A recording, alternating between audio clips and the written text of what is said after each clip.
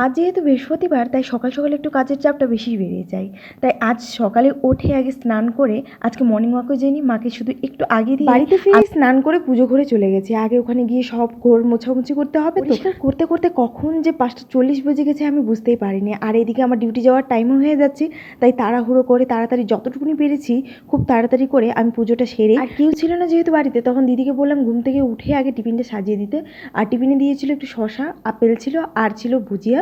তো সেটাকে একটু প্যাক করে দিয়েছি, কারণ সকাল সকাল অত টিফিন বানানো আমার সময় থাকে না। 2 মিনিটে রেডি হয়ে 6টার মধ্যে আমি বাড়ি থেকে বেরো গেছি। জানি না এখন যেতে যেতে কতটা সময় লেগে যাবে। আর বেলা দেখে মনে হচ্ছে এখন সকাল 7টা বেজে, সূর্য উঠতেছে কিনা। আর ওয়েদারটা এত রোদ উঠছে আজকে, আর ওয়েদার দেখতেও কিন্তু ভালো লাগতেছে। ওয়েদার দেখতে ভালো লাগলেও দেখে বোঝা যাচ্ছে যে আজকে গরমটা বেশ ভালোই দিবে। আর দেখো, মা তো মাই হয় না, যতক্ষণ না আমি গাড়িতে উঠে বসে যাচ্ছি ততক্ষণ মার শান্তি হয় না।